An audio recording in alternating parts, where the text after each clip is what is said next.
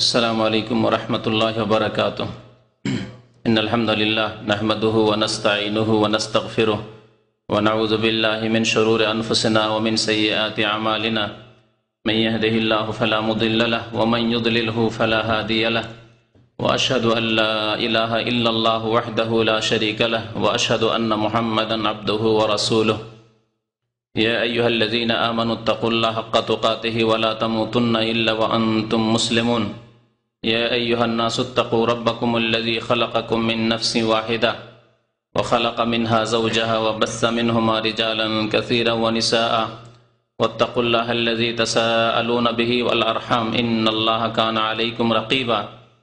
या अय्युहल्लज़ीना आमनुत्तक़ुल्लाह व क़ूलू क़ौलन सदीदा युस्लिह लकुम अअमालकुम व यग़फ़िर लकुम ज़ुनूबकुम व मन युतिइल्लाह व रसूलहु फ़क़द फ़ाज़ फ़ौज़न अज़ीमा। अम्मा बअद फ़इन्न खैरल हदीस किताबुल्लाह व खैरल हदी हदी मुहम्मदिन सल्लल्लाहु अलैहि वसल्लम व शर्रल उमूरि मुहदसातुहा व कुल्ल मुहदसतिन बिदअह व कुल्ल बिदअतिन दलाला व कुल्ल दलालतिन फिन्नार। अऊज़ु बिल्लाहि मिनश शैतानिर रजीम। बिस्मिल्लाहिर रहमानिर रहीम। व अक़ीमिस सलाता तरफ़ाइन नहारि व ज़ुलफ़म मिनल लैल इन्नल हसनाति युज़हिबनस सय्यिआत ज़ालिका ज़िक्रा लिज़्ज़ाकिरीन। वक़ाल अल्लाहु तआला फ़ी मौज़िइन आख़र वअबुद रब्बक हत्ता यातियकल यक़ीन। মহান আল্লাহর সমস্ত প্রশংসা, যে আল্লাহ আমাদেরকে সৃষ্টি করেছেন, মানুষ করে বিবেক বুদ্ধি দান করেছেন এবং তারপরে আমাদেরকে হিদায়াতের জন্য, সঠিক রাস্তা দেখিয়ে দেওয়ার জন্য আম্বিয়া এবং রাসূলগণকে প্রেরণ করেছেন। আমাদেরকে সঠিক রাস্তা দেখানোর জন্য কোরআনুল কারীম নাযিল করেছেন। দরুদ ও সালাম নাযিল হোক নবী মুহাম্মদ সাল্লাল্লাহু আলাইহি ওয়াসাল্লামের প্রতি, যিনি আমাদের জন্য আমাদের সার্বিক জীবনে উত্তম আদর্শ। লাকাদ কানা লাকুম ফি রাসূলিল্লাহি উসওয়াতুন হাসানাহ। নিশ্চয়ই তোমাদের জন্য আল্লাহ রাসূল সাল্লাল্লাহু আলাইহি সাল্লামের মধ্যে তার জীবনে রয়েছে উত্তম আদর্শ। যে ব্যক্তি নবী করিম সাল্লাল্লাহু আলাইহি সাল্লামকে জীবনের প্রতিটি ক্ষেত্রে আদর্শ হিসাবে গ্রহণ করবে, তার অনুসরণ করবে, তার ইত্তেবা করবে, সেই ব্যক্তি দুনিয়াতেও সফলতা লাভ করবে, কামিয়াব হবে এবং আখিরাতেও কামিয়াব হবে। নবী করিম সাল্লাল্লাহু আলাইহি সাল্লামের আদর্শ কেমন ছিল ইবাদত বন্দেগী সম্পর্কে? মা আয়েশা রাদিয়াল্লাহু তাআলা আনহা কে জিজ্ঞাসা করা হয় যে আল্লাহ রাসূল সাল্লাল্লাহু আলাইহি সাল্লামের আমল কেমন ছিল। আমল কেমন ছিল এর অর্থ এ নয় যে ফরজ আমল, ফরজ সব সময় করে যেতে হবে। কিন্তু আজকে বড় দুঃখের বিষয়, আক্ষেপের বিষয় এ মুসলিম উম্মতের উপর, যে তাদের অধিকাংশই ফরজ তরক করে ফেলেছে, ফরজ থেকে, ওয়াজিব থেকে দূরে সরে গেছে। নফল ইবাদত বন্দেগী সম্পর্কে, মুস্তাহাব কাজ সম্পর্কে, আমল সম্পর্কে নবী করিম সাল্লাল্লাহু আলাইহি সাল্লামের আমল কেমন ছিল, যেগুলি অতিরিক্ত আমল, যে আমলগুলি করলে নেকি পাওয়া যায়, না করলে কোনো গুনাহ হয় না, এইরকম মুস্তাহাব কাজ, নফল ইবাদত বন্দেগী, নফল নামাজ, নফল রোজা, নফল দান খেরাত সাদাকা, জীবনের বিভিন্ন ক্ষেত্রে নফল কাজ নেকির আশায়, এসবগুলি সম্পর্কে নবী করিম সাল্লাল্লাহু আলাইহি সাল্লামের আমল কেমন ছিল। তিনি বলেছিলেন তার আমল ছিল দীমা, মানে স্থায়ী, স্থায়ী আমল ছিল, ক্ষণিকের জন্য আমল নয় যে দুদিন চার দিন করলাম, খুব ভালোই করলাম, তারপরে গ্যাপ তো গ্যাপ, মাসকে মাস, বছরকে বছর, আর কোনো কর্মই নেই, আমলই নেই, এমন নয়। স্থায়ী আমল ছিল, সর্বদাই একই রকমের আমল ছিল। প্রতিদিন তার কিছু না কিছু নফল ইবাদত বন্দেগী ছিল, প্রতি সপ্তাহে কিছু না কিছু নফল ইবাদত বন্দেগী ছিল, প্রতি মাসেই নফল ইবাদত বন্দেগী ছিল। এইরকম ছিল আমল নবী করিম সাল্লাল্লাহু আলাইহি ওয়াসাল্লামের। নবী করিম সাল্লাল্লাহু আলাইহি ওয়াসাল্লাম আমাদের জন্য উত্তম আদর্শ। আল্লাহ পাক রব্বুল আলামিন মানুষকে সৃষ্টি করেছেন একমাত্র তার ইবাদত বন্দেগীর জন্য। ওমা খালাকতুল জিন্না ওয়াল ইনসা ইল্লা লিয়াবুদুন, আমি জিন এবং মানুষকে সৃষ্টি করেছি একমাত্র আমার ইবাদতের জন্য। এখানে যেমন আল্লাহর একত্ব তাওহীদের কথা প্রমাণিত হয় যে ইবাদত কার হবে? একমাত্র মহান আল্লাহ পাকের। একমাত্র আল্লাহ পাক রব্বুল আলামিনের ইবাদতের জন্য আমাদেরকে সৃষ্টি করা হয়েছে, আর কারো ইবাদতের জন্য না, আর কোনো কিছুকে সিজদা করার জন্য না, আর কারো কাছে দোয়া করার জন্য নয়, আর কারো কাছে ফরিয়াদ করার জন্য নয়, আর কাউকে ভয় করার জন্য নয়, আর কোনো কিছুকে বা কোনো ব্যক্তিকে ভয় করে বা তার কাছে কোনো আশা, ভালো আশা করার জন্য নয়। আশা, আকাঙ্ক্ষা, ভয়, ভীতি, ইবাদতের যত রকমের প্রকরণ রয়েছে সব আল্লাহর জন্য খাস করতে হবে। ইল্লা লিয়াবুদুন, যেমন এই আল্লাহর তাওহীদ একত্বের কথা শিখতে পারলাম, জানতে পারলাম এই আয়াত থেকে, তেমন আমরা জানতে পারলাম যে আমাদেরকে এমনিতে সৃষ্টি করা হয়নি, উদ্দেশ্যবিহীন সৃষ্টি করা হয়নি, বিনা কাজে সৃষ্টি করা হয়নি যে খাবে দাবে কিছুদিন বেঁচে থাকবে আর তারপরে মরে যাবে, বাস হয়ে গেল। ইল্লা লিয়াবুদুন, ইবাদতের উদ্দেশ্যে আল্লাহ সৃষ্টি করেছেন যে বান্দা তার ইবাদত বন্দেগী করবে। আফা হাসিবতুম আন্নামা খালাকনাকুম আবাসা, তোমরা কি এই ধারণা রাখো যে তোমাদেরকে আল্লাহ বেকার সৃষ্টি করেছে, বিনা কাজে সৃষ্টি করেছেন, বিনা উদ্দেশ্যে সৃষ্টি করেছেন। ওয়া আন্নাকুম ইলাইনা লা তুরজাউন, আর তোমাদেরকে আল্লাহর কাছে একদিন ফিরে আসতে হবে না। যদি ইয়াকিন থাকে, বিশ্বাস থাকে যে আল্লাহর কাছে ফিরে যেতে হবে, তাহলে ফরজে অজবে আল্লাহর আদেশে, রাসূলের আদেশ পালনে কোনো সময় ত্রুটি হবে না, অবহেলা হবে না। আর যদি এই ঈমান ইয়াকিন থাকে যে আল্লাহর কাছে ফিরে যেতে হবে, ওয়া আন্নাকুম ইলাইনা লা তুরজাউন, ফিরে যেতে হবে, ওয়াত্তাকু ইয়াওমান তুরজাউনা ফীহি ইলাল্লাহ, সেই দিনকে ভয় করো যেদিন আল্লাহর কাছে ফিরে যেতে হবে। এই ঈমান ইয়াকিন যদি থাকে মুমিন মুসলিমের, তাহলে তার দ্বারা গুনাহ হতে পারে না, তার দ্বারা জুলম অত্যাচার হতে পারে না, জুলম অত্যাচার গুনাহ পাপের ওপর সে অটল থাকতে পারে না। যদি হয়েও যায় ভুল ভ্রান্তি, তাহলে সাথে সাথে ফিরে আসবে, যার নাম হচ্ছে তওবা, তওবা করবে। আল্লাহ পাক রব্বুল আলামিন আমাদেরকে সৃষ্টি করেছেন তার ইবাদত বন্দেগীর জন্য। ইবাদত কেমন হইতে হবে? আল্লাহ পাক ইরশাদ করেছেন সূরা হিজরের আয়াত নম্বর 99, ওয়াবুদ রাব্বাকা হাত্তা ইয়াতিয়াকাল ইয়াকিন, হে নবী মুহাম্মদ সাল্লাল্লাহু আলাইহি ওয়াসাল্লাম, আপনি আপনার রবের ইবাদত করুন। ওয়াবুদ রাব্বাক, কতক্ষণ পর্যন্ত, কতদিন পর্যন্ত? সময়সীমা হচ্ছে হাত্তা ইয়াতিয়াকাল ইয়াকিন, যতক্ষণ পর্যন্ত আপনার নিকট মওত না এসেছে।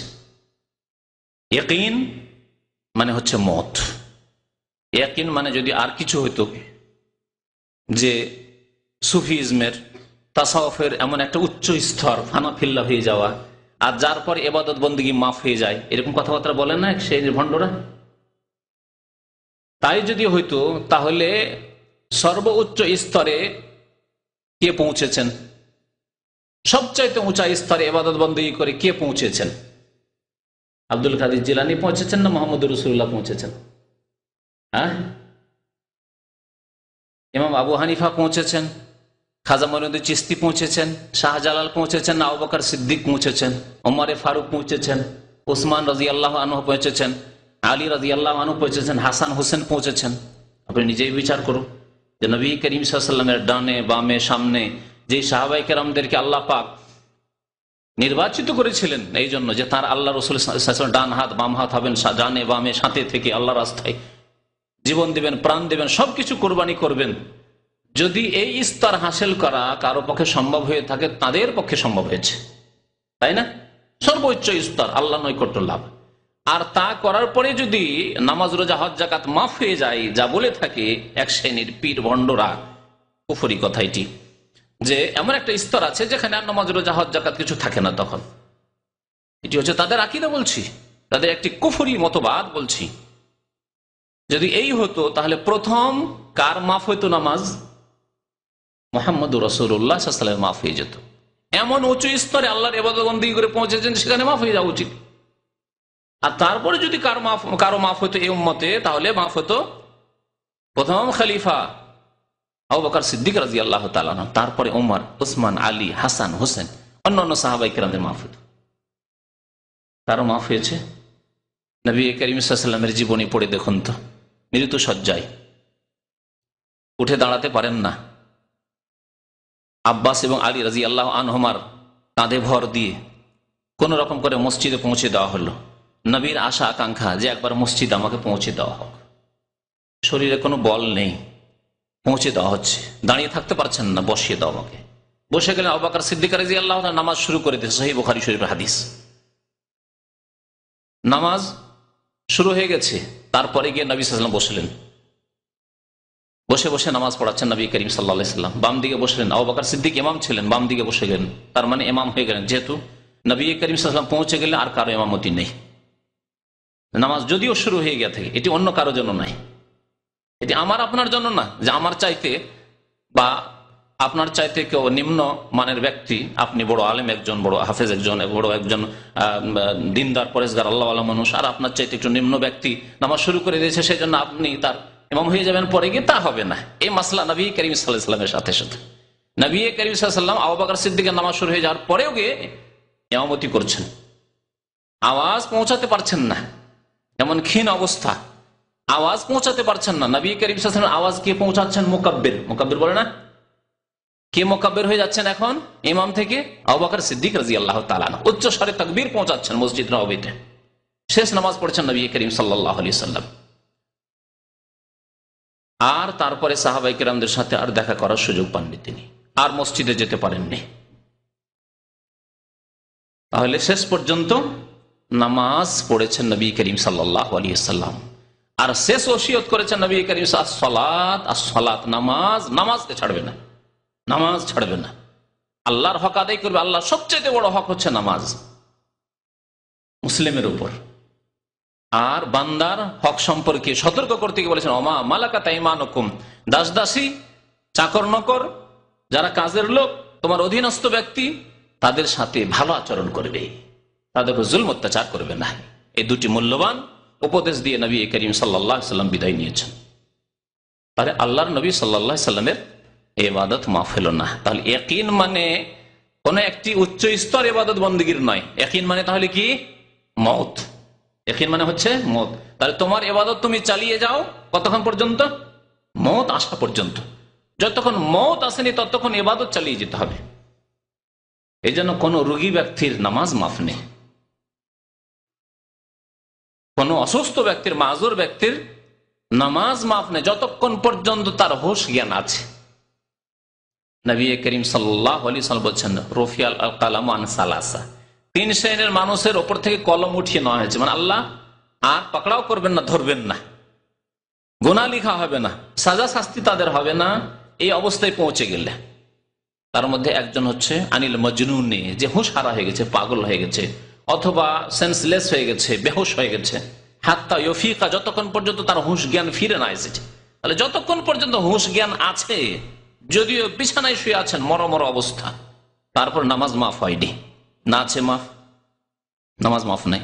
তাহলে বাসে কি নামাজ মাফ আছে? সফর করছেন, ট্রেনে নামাজ মাফ আছে? আপনি সফর করছেন, আপনি প্লেনে, নামাজ মাফ আছে? কোথাও নামাজ মাফ নেই। অসুস্থ অবস্থায় নামাজ মাফ আছে? কখনো মাফ নেই। ইমরান ইবনে হুসাইন রাদিয়াল্লাহু তাআলা আনহু অসুস্থ থাকতেন, তাকে পাইলসের অসুখ ছিল, পাইলস অর্শ রোগ, আরবিতে বাওয়াসির বলে। নবী করিম সাল্লাল্লাহু আলাইহি সাল্লাম বললেন, সাল্লি কায়েমান, তুমি যদি পারো এই অসুস্থ অবস্থায় দাঁড়িয়ে নামাজ পড়ার চেষ্টা করবে। ফরজ নামাজ, ফরজ নামাজ দাঁড়িয়ে পড়তে পারবে, অথচ বসে কেউ যদি নামাজ পড়ে নামাজ হবে না। সুন্নত নফল নামাজ দাঁড়িয়ে নামাজ পড়তে পারে, অথচ যদি কেউ বসে নামাজ পড়ে তাহলে অর্ধেক নেকি পাবে। 2 রাকাত পড়ে 1 রাকাতের নেকি, 4 রাকাত পড়ে 2 রাকাতের নেকি। তাহলে এমন কেউ আছে নাকি, কেউ পাগল যে সুস্থ মানুষ অথচ বসে বসে নফল পড়বে? আছে কেউ? কিন্তু আমাদের দেশে তো আছে, নেই। নফল পড়ে বসে বসে, সুস্থ মানুষ বসে বসে রোগীর মতো, খোড়া লোকের মতো বসে বসে নফল পড়ে। আপনি 4 রাকাত নফল পড়ে 2 রাকাতের নেকি বলেন, 2 রাকাত নফল পড়ে 1 রাকাতের নেকি বলেন। কেন এই কাজ করবেন আপনি? অথচ নবী করিম সাল্লাল্লাহু আলাইহি ওয়াসাল্লাম বলেছেন, সলাতু আজরিল কায়েদে নিসফু সলাতে আজরিল কায়েমে, বসে নফল নামাজ পড়া, সুন্নত পড়া লোকের সওয়াব হচ্ছে নিসফ সালাত আজরিল কায়েম। যে ব্যক্তি দাঁড়িয়ে নামাজ পড়ে তার সওয়াবের অর্ধেক। আধা নেকি নেওয়ার জন্য এত নেকিতে অনাগ্রহী, অনীহা, অভক্তি, বেশি বেশি নেকি দরকার না। আমার 1 রাকাত, 2 রাকাত পড়বো, মেহনত করবো বেশি, কিন্তু নেব কম। আছে কেউ নাকি এরকম? দুনিয়ার বেতনের ক্ষেত্রে এরকম করেন নাকি, যে কফিলের এত বেতন নিয়ে লাভ কি, অনেক টাকায় চলে যাচ্ছে, তো যা, কফিল তো 1000 দিতে চাইছিল, কফিলকে বলেন আপনি 1000 টাকা দিয়ে না, আমাকে 500 দিলেই হবে। আছেন নাকি এরকম? অর্ধেক। তাহলে কফিলের কফিল আল্লাহ পাক রব্বুল আলামিন, তার কাছে নেকি না হতে এরকম অভক্তি কেন? তাহলে বিদাত নয় এটি? এটা সুস্থ থাকা সত্ত্বেও এইভাবে বসে বসে নামাজ পড়া, আর লোকজনের সামনে বিনা কোনো ক্লান্তিতে। এমন না যে ক্লান্ত হয়ে পড়েছেন আর উঠতে পারছেন না, দাঁড়িয়ে থাকতে পারছেন না, সেটি আলাদা কথা। তো যাই হোক, আসল বিষয়ের দিকে ফিরে আসি, যে কি বলছিলাম, নামাজ। ইমরান বিন হোসেন রাদিয়াল্লাহু তাআলার কথায় ফিরে আসি। নবী করিম সাল্লাল্লাহু আলাইহি ওয়াসাল্লাম সাল্লে কায়েমান, যদি পারো দাঁড়িয়ে নামাজ পড়ো। ফাইন লাম তাস্তাতে, যদি না পারো তাহলে ফাকায়েদান, বসে নামাজ পড়ো। বসেও নামাজ পড়তে পারছেন, বসে থাকতে পারছেন না, বিছানায় সবসময় শায়িত। ফাআলা জামবিন, তাহলে তুমি শুয়েই নামাজ পড়ো। শুয়ে, কিবলামুখী হয়ে শুয়ে নামাজ পড়তে হবে। নামাজ মাফ নেই তাহলে। ওয়াবুদ রাব্বাকা হাত্তা ইয়াতিয়াকাল ইয়াকিন, অসুস্থ হলেও নামাজ মাফ নেই। বিছানায় শুয়ে দাঁড়াতে পারছেন না, বসতে পারছেন না, তবুও নামাজ মাফ নেই যতক্ষণ মওত না এসেছে। হাত্তা ইয়াতিয়াকাল ইয়াকিন। তাহলে আল্লাহর ইবাদত বন্দেগীর জন্য আল্লাহ সৃষ্টি করেছেন। আল্লাহর ইবাদত করতে করতে আল্লাহর সাথে সাক্ষাৎ করতে হবে। এবং মনে রাখবেন, নবী করিম সাল্লাল্লাহু আলাইহি ওয়াসাল্লাম আরো একটি হাদিসে বলেছে, ইন্নামাল আমালু বিল খাওয়াতিম। ইন্নামাল আমালু বিল খাওয়াতিম, সবচাইতে গুরুত্বপূর্ণ আমল হচ্ছে শেষ আমলটি। সবচাইতে লক্ষণীয় আমল হচ্ছে শেষ আমলটি। এটি দেখা, শেষ কর্মটি মানুষ দেখে। আপনি একজন মালিকের কাছে 10 বছর ধরে কাজ করেছেন, অনেক কাজ করে দিয়েছেন, অনেক কিছুই করেছেন তার, আর শেষ দিকে যদি তার সাথে ঝগড়া করে নেন, তার সাথে দ্বন্দ্ব করে নেন, তার সাথে গিয়ে কেস করাকরি করে নেন, মারামারি করে নেন, 10 বছর 20 বছর ধরে তার কত যে কাজ করেছেন, তার বাড়ির কাজ করেছেন, তার সংসারের কাজ করেছেন, তার বিভিন্ন রকমের কাজ করেছেন, আপনি অলরাউন্ডার লোক। কিন্তু শেষখানে গিয়ে ঝগড়া করে নিলে সব গুড়কে মাটি করে দিলেন, আপনি সব নষ্ট করে দিলেন না? কেন? শেষটাই খারাপ করে দিয়েছেন। তারপরে তার সাথে সম্পর্ক খারাপ হয়ে গেছে, বেকার হয়ে গেছে। আপনার 10 বছর 20 বছরের এত ভালো ভালো কর্ম, যে সব রকমের কাজ জানতেন, সবগুলি ভুলে যাবে সেই মালিক। জি, দুনিয়ার ক্ষেত্রে আমরা শেষ কাজটি দেখি, যে শেষ কাজটি ফিনিশিংটা কেমন করলো, তার সাথে শেষ সাক্ষাৎটি কেমন ভাবে হয়েছে, শেষ বিদায়টা কেমন ভাবে হয়েছে, ভালোভাবে হয়েছে না হয়নি। আপনার সাথে কারো যদি বন্ধুত্ব থাকে, বন্ধুত্বের ক্ষেত্রে এমন গাঢ় বন্ধু ছিল যে এক প্লেটে খেতেন আর খেতেন, বাড়িতে হাত ধুইতেন তার বাড়িতে, এরকম অনেক বন্ধু অনেকের জীবনে এসেছে, কিন্তু শেষ দিয়ে গিয়ে ঝগড়া বিবাদ হয়ে গেল। 10 বছর 20 বছর 30 বছর সারা জীবনের বন্ধুত্ব সব শেষ হয়ে গেল, সব বরবাদ হয়ে গেল। হচ্ছে না? হচ্ছে না? নবী করিম সাল্লাল্লাহু আলাইহি ওয়াসাল্লাম একটি কায়দা কানুন বলেছেন, মূল নীতিমালা ইসলামের, ইন্নামাল আমালু বিল খাওয়াতিম। মানুষের আমল নির্ভর করে খাতেমার আমলের উপর, শেষ আমলের উপর। নামাজ পড়েছেন, বাবা ভালো মানুষ ছিলেন, 15 বছর বয়সে নামাজ ধরিয়েছেন, মাশাআল্লাহ, ছোট থেকে নামাজ পড়েছেন, কিন্তু যখন স্বাধীন হইতে শিখলেন বাবা থেকে, তখন নামাজ ছড়িয়ে দিলেন। বা করলেন, নেকির কাজ করলেন, যখন অভাব ছিল তখন বেশ নেকির কাজ করতেন, নামাজ রোজা করতেন, পাপ করতেন না, অন্যায় কাজ করতেন না। এখন বিদেশে এসে পয়সা হয়েছে, তখন কত রকমের পাপ করা শুরু হয়েছে, শেষে পাপ করে মরলেন। এখন ঘরে হয়েছে ডিশ, বাড়িতে হয়েছে বিভিন্ন রকমের সারা বিশ্বের দৃশ্য দেখার ব্যবস্থা, কোনো অসুবিধা নেই, ঘরে বসে বসেই আপনি রিমোট দিয়ে সবকিছু দেখতে পাচ্ছেন পৃথিবীর। আর তারপরে আপনার নামাজ পড়ার সময় হচ্ছে না, টাকা পয়সা অনেক বেশি হয়েছে, তার ব্যস্ততা বেড়ে গেছে, বিজি হয়ে গেছেন আপনি, এত ব্যস্ত হয়েছেন আর নামাজের কি খবর নেই, আর জাগতে পারেন না, কারণ রাত্রে লেট করে সম্মান জাগতে পারেন না আপনি। এই অবস্থা আপনি ফজর তরক করে ওই 4 ওয়াক্ত নামাজ পড়া মুসলমান হয়ে মারা গেলেন। ইন্নামাল আমালু বিল খাওয়াতিম। রমজান মাসে বহু ইবাদত বন্দি করলেন, মাশাআল্লাহ তাবারাকাল্লাহ। রমজান মাসে শুধু ফরজ না, ফরজ, সুন্নাত, নফল, মুস্তাহাব, লাইলাতুল কাদর, 5টি লাইলাতুল কাদর করলেন, সবই করলেন। শাওয়াল মাস আসতে ধীরে ধীরে ধীরে ধীরে নামাজ ছেড়ে দিলেন, আপনি পুরা ছাড়লেন, হাত ছাড়লেন, কিছু ছাড়লেন, কমের পক্ষে ফজর ছেড়ে দিলেন, এইরকমই কুফরি অবস্থায় পাপের অবস্থায় থাকতে থাকতে কোনো এক মাসে মদ চলে আসলো। আগামী রমজান আসার আগে আগে মদ চলে আসলো। ইন্নামাল আমালু বিল খাওয়াতিম, রমজান কোনো কাজে আসবে না, আসবে নাকি? শেষে আল্লাহ রাব্বুল আলামিনের সাথে আপনার সম্পর্ক খারাপ হয়ে গেছে, বিচ্ছিন্ন হয়ে গেছেন আপনি আল্লাহ থেকে। ইন্নামাল আমালু বিল খাওয়াতিম। সুতরাং আল্লাহর সাথে যদি সম্পর্ক ভালো রাখতে হয়, আল্লাহর সাথে যদি সম্পর্ক অটুট রাখতে হয়, মজবুত রাখতে হয়, তাহলে ওয়াবুদ রাব্বাকা হাত্তা ইয়াতিয়াকাল ইয়াকিন, তোমার রবের ইবাদত করো অতক্ষণ পর্যন্ত যতক্ষণ পর্যন্ত তোমার কাছে মওত না আসে। একই রকম অবস্থায় চলো, যেমন ছিলে তুমি মুমিন বান্দা, মুসলিম, 5 ওয়াক্ত নামাজি, ধার্মিক, আল্লাহওয়ালা, আল্লাহকে ভয় করনেওয়ালা, রমজান মাসে তেমন শাওয়াল মাসে, তেমন জিলকাদে, তেমন জিলহজে, তেমন সুখে, তেমন দুঃখে, সব সময় তুমি একই রকম আল্লাহর ইবাদত চালিয়ে যাচ্ছ। তাহলে তোমার শুরুও ভালো, আর মধ্যও ভালো, আর শেষটিও ভালো। ইন্নামাল আমালু বিল খাওয়াতিম।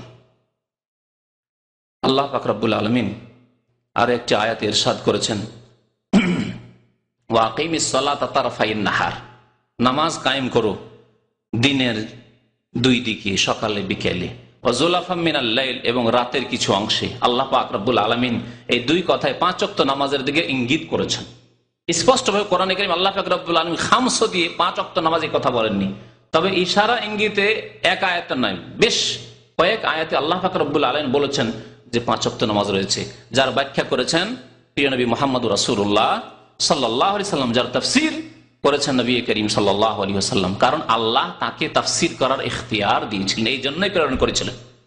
লিতুবাইয়িনা লিন-নাসি মা নুজিলা ইলাইহিম, হে নবী, ওয়া আনজালনা আলাইকা যিকরা, তোমার উপর আমি নাযিল করেছি জিকির, কোরআনে কারীম নাযিল করেছি। লিতুবাইয়িনা লিন-নাসি মা নুজিলা ইলাইহিম, তাদের জন্য যা নাযিল করা হয়েছে তা তাদের জন্য আপনি স্পষ্টভাবে বয়ান করে দেবেন। তাহলে তারফাইন নাহার মানে কি? দিনের 2 দিকে, ফজর নামাজ, আসর নামাজ, যোহর নামাজ, ওয়াজুলাফাম মিনাল লাইল, রাতের কিছু অংশে, মানে মাগরিব, সূর্য অস্ত হওয়ার পরে, আর ঈশার নামাজ। এই কথা বয়ান করেছেন প্রিয় নবী মুহাম্মদ রাসূলুল্লাহ সাল্লাল্লাহু আলাইহি ওয়াসাল্লাম তার বহু হাদিসে। তার মধ্যে একটি হাদিস, খামসু সালাওয়াতিন ফিল ইয়াউমি ওয়াল লাইলা, দিন রাত্রে 5 ওয়াক্ত নামাজ কায়েম করতে হবে, 5 ওয়াক্ত নামাজ পড়তে হবে। এভাবে নবী করিম সাল্লাল্লাহু আলাইহি ওয়াসাল্লাম বয়ান করেছেন। তো আল্লাহ পাক রব্বুল এই আয়াতে ইরশাদ করেছেন, ওয়াকিমিস সালাতা তারফাইন নাহার, দিনের 2 দিকে নামাজ কায়েম করো, ওয়াজুলাফাম মিনাল লাইল, রাতের কিছু অংশে নামাজ কায়েম করো, ফরজ নামাজ, 5 ওয়াক্ত নামাজের কথা আল্লাহ বললেন। তারপর আল্লাহ পাক বলছেন, ইন্নাল হাসানাত ইউযহিবুনা সাইয়্যাত, কারণ নেকি গুনাহগুলিকে ধুয়ে মুছে সাফ করে দেয়। মানুষের নেকি গুনাহগুলিকে দূরে করে দেয়, মোচন করে দেয়। আপনি নেকির কাজ করলে গুনাহ সাফ হয়ে যায়, মাফ হয়ে যায়। ইন্নাল হাসানাত ইউযহিবুনা সাইয়্যাত যালিকা যিকরা লিযাকিরিন, উপদেশ হাসিলকারীর জন্য, উপদেশ যারা গ্রহণকারী তাদের জন্য এতে রয়েছে উপদেশ। তোমরা 5 ওয়াক্ত নামাজ কায়েম করবে এবং নিজের নেকি দিয়ে গুনাহগুলিকে ধুয়ে মুছে সাফ করবে। এই জন্যই নবী করিম সাল্লাল্লাহু আলাইহি ওয়াসাল্লাম বলেছেন 5 ওয়াক্ত নামাজের কথা, যারা 5 ওয়াক্ত নামাজ কায়েম করে তারা যেন 5 বার কি করলো? গোসল করলো। তোমাদের কেউ যদি দিনে রাত্রে 5 বার করে গোসল করে, তো হাল ইয়াবকা মিন দারানিহি শাই, তার শরীরে কোনো ময়লা মাটি থাকতে পারে? নবী করিম সাল্লাল্লাহু আলাইহি ওয়াসাল্লাম সাহাবায়ে কেরামদেরকে জিজ্ঞাসা করলেন। সাহাবারা বললেন, ক্বালু লা ইয়াবকা মিন দারানিহি শাই, হতেই পারে না যে শরীরে ময়লা মাটি কিছু থাকবে, অথচ সে 5 বার করে গোসল করে। নবী করিম সাল্লাল্লাহু আলাইহি ওয়াসাল্লাম বললেন, ফাযালিকা মাসালুস সালাওয়াতিল খামস, এই 5 ওয়াক্ত নামাজের উদাহরণ হচ্ছে এই, যে ব্যক্তি 5 ওয়াক্ত নামাজ কায়েম করলো সেই ব্যক্তি যেন 5 বার গোসল করলো, গোসল করে শরীরের ময়লা দূর করার জন্য, আর 5 ওয়াক্ত নামাজ কায়েম করে পাপ গুনাহকে মুছে ফেলার জন্য, পরিষ্কার করে দেওয়ার জন্য, দূরে সরিয়ে দেওয়ার জন্য। ইয়ামহুল্লাহু বিহিন্নাল খাতায়া, এই 5 ওয়াক্ত নামাজের দ্বারা আল্লাহ পাক রব্বুল গুনাহ খাতা সবকে ধুয়ে মুছে সাফ করে দেন আল্লাহ পাক রব্বুল। তাহলে এখানে কি করতে বলেছেন? নেকি করতে বলেছেন। নেকি করলে গুনাহগুলি সাফ হয়ে যাবে। কোন ব্যক্তি যদি এর বিপরীত করে, ইন্নাল হাসানাত ইউযহিবুনা সাইয়্যাত, মানে আগে হয়তো আপনার ভুল হয়েছে, গুনাহ হয়েছে, তারপরে নেকি করলেন, তাহলে হবে কি? গুনাহগুলি দূরে সরে যাবে, সব শেষ হয়ে যাবে, ধ্বংস হয়ে যাবে গুনাহ, আপনার নেকি থাকবে কায়েম। আর এর বিপরীত যদি কেউ করে, নেকি করার পরে কেউ সাইয়্যাত করে, তাহলে কি হবে? রমজান মাসে নেকি করলো, রোজা রাখলো, তারাবি পড়লো, সিয়াম কিয়াম, আপনার কি বলে লাইলাতুল কাদার, আর কোরআনের তেলাওয়াত, কোরআন খতম, আর কত রকমের সাদকা খায়রাত জাকাত ইত্যাদি, ফিতরা, বহু কিছুই করলো। রোজা ইফতার করালো, বহু নেকি মানুষ করলো। এগুলো হলো হাসানাত। আর হাসানাতের পরে যেমনই শাওয়াল আসলো, জিলকাদ আসলো, আর যে 11 মাস আছে তখন সাইয়্যাত শুরু করলো। তাহলে এই আয়াতের আলোকে কি বলতে পারেন ওই লোক সম্পর্কে যাদের অবস্থা এরকম, আর অধিকাংশ মুসলিম উম্মাতের লোকেদের অবস্থা এরকম, যে যারা হাসানাতের পর রমজানের নেকির পরে গুনাহ করা শুরু করে, রমজানের নেকির পরে গুনাহ করা শুরু করে। বরং ইহুদি নাসারা কাফেরদের মতো, কাফেরদের ঈদ উৎসবের দিনে পাপ শুরু হয়। আজকাল এক শ্রেণীর মুসলিম যুবক যুবতীরা ঈদের দিনে পাপ শুরু করে। ঈদ পড়ার পরে চললো সিনেমা হলে হাত ধরে, একই রিক্সাতে যুবক যুবতী, কলেজ ইউনিভার্সিটিতে একসাথে পড়াশোনা করে। জি, মদ খাওয়া শুরু হলো, অবাধ মেলামেশা শুরু হলো, পার্টি করা, ঈদের পার্টি করা শুরু হলো, নারী পুরুষের একাকার হয়ে একসাথে খাওয়া দাওয়া আর একসাথে অবাধ মেলামেশা, এসব মুসলিম জাতিতে হচ্ছে। তাহলে কি বলতে পারেন তাদের সম্পর্কে? যেমন গোনা নেকিতে গোনাকে দূরে সরিয়ে দেয়, তাহলে আপনার যদি এর বিপরীত অবস্থা হয় যে নেকির পরে যদি গুনাহ করেন তাহলে কি অবস্থা হবে? উলামায়ে কেরাম বলেছেন যে আপনার আমল কবুল হলো না, এটা কেমন করে আপনি টের পাবেন, কেমন করে বুঝবেন? রমজান মাসে রোজা রেখেছেন, আপনার রোজা কবুল হয়েছে না হয়নি কেমন করে বুঝবেন? রমজান মাসে মাশাআল্লাহ তারাবি পড়েছেন, আপনার তারাবি কবুল হইলো আল্লাহর দরবারে না হইলো না কেমন করে বুঝবেন? কোরআন খতম করেছেন, আপনার আল্লাহ কবুল করলেন কি করলেন না, সওয়াব নেকি দিলেন না কেমন করে বুঝবেন আপনি? দান খায়রাত করেছেন, রোজা ইফতার করিয়েছেন, বহু নেকি করেছেন, এগুলি কবুল হলো কি হলো না এর লক্ষণ কি? শুনে রাখুন ভালো করে।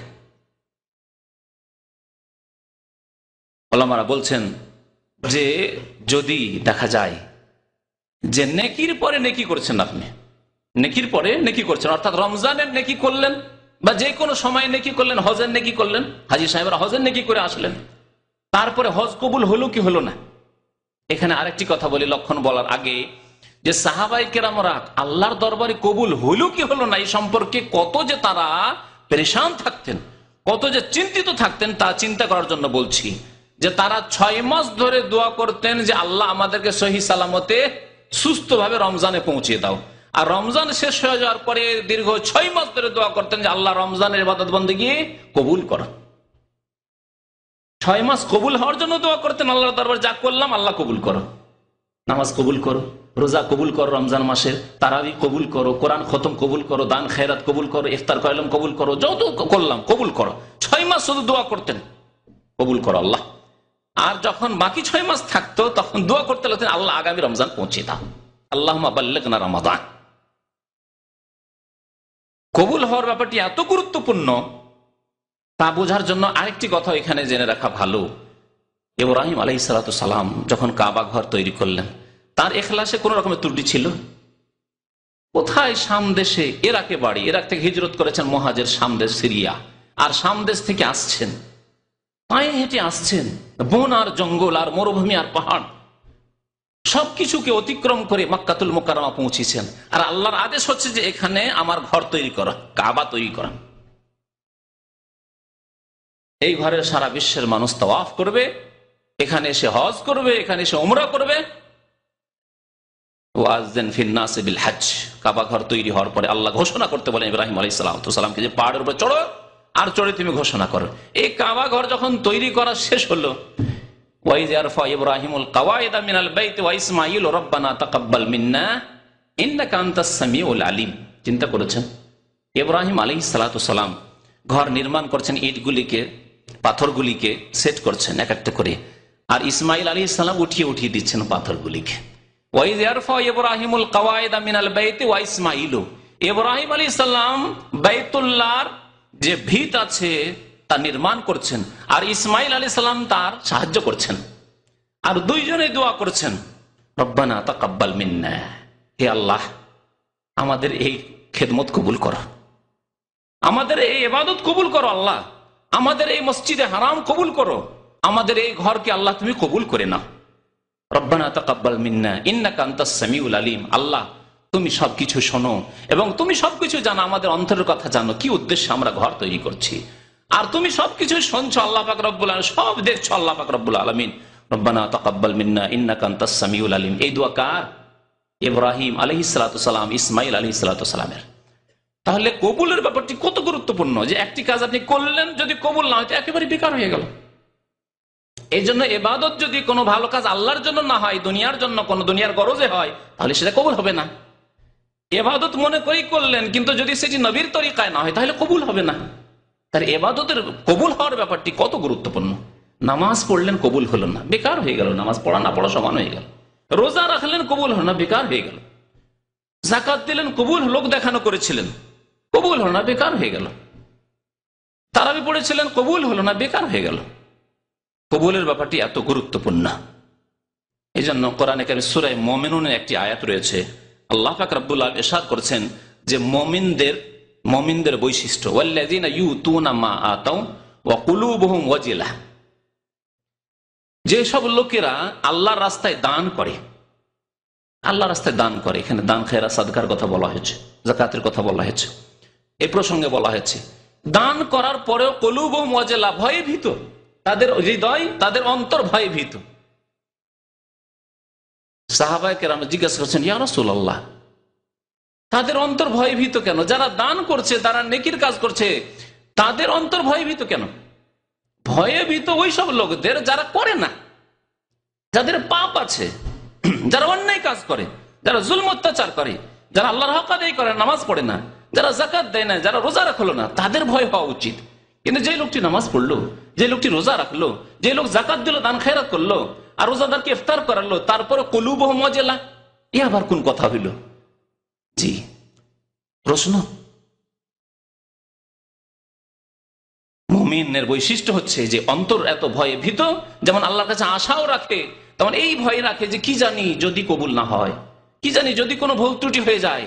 এখলাসে, আন্তরিকতা নিয়েতে এখলাসে ত্রুটি রয়েছিল, আল্লাহর জন্য না, আল্লাহর সাথে দুনিয়ার কিছু গরজ করেছিলাম, দুনিয়ার উদ্দেশ্যে, লোকের সমাজের ভয়ে রোজা রেখেছিলাম, সমাজে কি বলবে তাই বলে রোজা রেখেছিলাম, অথবা কারো কথাই রোজা রেখেছিলাম, কিন্তু আসলে আল্লাহ সন্তুষ্টির জন্য, জান্নাতের আশায়, জাহান্নাম থেকে বাঁচার জন্য, পরকালে জবাবদিহির ভয়ে, এসব ভয়ে রোজা রাখেনি, এসব ভয়ে ইবাদতবন্দি করিনি, এসব ভয়ে তারাবি পড়িনি। সব দুনিয়ার বা সামাজিকতা সবাই করছে, আমিও করি, সবাই যাচ্ছে, আমি একাই যাবো না, কেন যাই করি, এইসব করেছে, গতানুগতিক করেছে, কবুল হবে না। তাহলে কবুলের ব্যাপারটি কত গুরুত্বপূর্ণ, যে সাহাবায়ে কেরামরা তাদের গুণ আল্লাহ বয়ান করছেন এই আয়াতে, যে তারা দান করেও, তারা নেকির কাজ করে, কুলুবুহুম ওয়াজিলাহ, তাদের অন্তর ভয়ে ভীত, যে কি জানি আল্লাহ কবুল করলেন কি করলেন না। তো এখন ফিরে আসি লক্ষণের দিকে, যে আপনার আমল কবুল হলো না হলো না, আমার আমল কবুল হলো কি হলো না, এর একটি লক্ষণ আছে। লক্ষণ ওলামারা বলছেন যে আপনার ভালো আমল করার পরে, ভালোর পরে যদি ভালো নিয়ে আসেন, আপনি ভালোর পরে ভালো, ভালো আমল করেছেন, তারপরে আবার ভালো করলেন, হজের ভালো আমল করে আসলেন, তারপরে দেখা গেল মাশাআল্লাহ জীবনটা খুব সুন্দর কাটলো, বাকি জীবনটা। রমজান মাসে রোজা রাখলেন, তারাবি পড়লেন, আরো নেকির কাজ করলেন, তারপরে শাওয়াল, জিলকাদ, সারা বছর দেখা গেল মাশাআল্লাহ সুন্দর জীবন, আর নামাজ ছুটেনি, আর কোন রকমের পাপ হয়নি, গুনাহ হয়নি, অন্যায় হয়নি, আর মাশাআল্লাহ সৎ জীবন যাপন করছেন। তাহলে বোঝা যাচ্ছে যে আপনার রমজান কবুল হয়েছে আল্লাহর দরবারে, আপনার রোজা কবুল হয়েছে আল্লাহর দরবারে, আপনার তারাবি, কিয়ামুল লাইল কবুল হয়েছে, শাবে কাদার কবুল হয়েছে আল্লাহর দরবারে। আর যদি এর বিপরীত হয়, কবুল হয়নি ইবাদত বন্দেগী রমজান মাসের, হজ কবুল হয়নি, তারাবি কবুল হয়নি, রোজা কবুল হয়নি, লাইলাতুল কাদার আল্লাহ কবুল করেননি আপনার, এর লক্ষণ হচ্ছে যে রমজান মাসের পরে দিনের উল্টো দিকে চলে যাওয়া, ইসলাম বিমুখ হয়ে যাওয়া, নামাজের উল্টো দিকে চলে যাওয়া, আপনার আমল খারাপ হয়ে যাওয়া। যদি আমল খারাপ হয়ে যায়, নামাজ 5 ওয়াক্ত পড়তেন রমজান মাসে, আর তারপরে রমজান শেষ হলে আর মসজিদে যাওয়া যায়নি, 4 ওয়াক্ত পড়েন, যখন হইল সময় পড়লেন না, এইরকম হয়ে গেলেন আপনি, তাহলে আপনার আমল কবুল হয়নি রমজান মাসে। আর কবুল না হলে কিছুই পাবেন না আল্লাহর দরবারে। আল্লাহর দরবারে কবুল হইতে হবে, রব্বানা তাকাব্বাল মিন্না ইন্নাকা আনতাস সামিউল আলিম ওয়া তুব আলাইনা ইন্নাকা আনতাত তাওয়াবুর রহিম।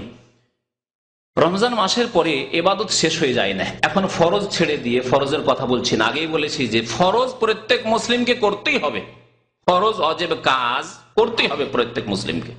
আসেন নফল ইবাদত বন্দেগী সম্পর্কে। নবী করিম সাল্লাল্লাহু আলাইহি ওয়াসাল্লামের আমল কেমন ছিল বলেছিলাম শুরুতে। আর একটি হাদিস বলি, প্রিয় নবী সাল্লাল্লাহু আলাইহি ওয়াসাল্লাম বলেছেন, আহাব্বুল আমালি ইলাল্লাহি আদওয়ামুহা ওয়া ইন কাল্লাহ। বুখারী মুসলিম শরীফের হাদিস। আল্লাহর নিকট সবচাইতে প্রিয় আমল হচ্ছে স্থায়ী আমল, যেটি কন্টিনিউ হয়ে থাকে, সবসময় আমলগুলি করছেন আপনি, নিয়মিত করে যাচ্ছেন, গ্যাপ দেন না, আপনি বড় গ্যাপ দেন না, সপ্তাহ গ্যাপ, মাস গ্যাপ, বছর গ্যাপ, ওই রকম না। নিয়মিত যে আমলগুলি করে যান সেগুলি হচ্ছে সবচাইতে প্রিয় আমল আল্লাহ পাক রব্বুল আলামিনের নিকট। ইলাল্লাহ ওয়া ইন কাল্লা, যদিও তার পরিমাণ অল্প হোক না কেন, যদিও তার পরিমাণ অল্প হোক না কেন। এর একটি উদাহরণ দিন নামাজের ক্ষেত্রে। আপনি তাহাজ্জুদের নামাজ পড়তে পারেন না, কিন্তু প্রত্যেক রাত্রে 2 রাকাত নামাজ পড়ে আল্লাহর কাছে দোয়া করেন। ওয়া ইন কাল্লা, কম, মাত্র 2 রাকাত নামাজ, আজানের 10 মিনিট আগে, 5 মিনিট আগে উঠে 2 রাকাত নামাজ পড়ে আল্লাহর কাছে দোয়া করেন আপনি সেজদায় পড়ে, কম। তাহাজ্জুদের ব্যাপারটাই নেন, তাহাজ্জুদ হয়তো পড়ছেন কিন্তু আপনি 11 রাকাত পুরো করতে পারছেন না, মেহনতের কাজ, পারছেন না আপনি। সর্বনিম্ন তাহাজ্জুদ 7 রাকাত পড়লেন। নবী করিম সাল্লাল্লাহু আলাইহি ওয়াসাল্লাম যে দিনগুলিতে অসুস্থ থাকতেন তখন কমের পক্ষে 7 রাকাত, 9 রাকাত পড়তেন। যদিও কম হোক না কেন, 7 রাকাতই হোক না কেন, 9 রাকাতই হোক না কেন, আপনি পড়লেন।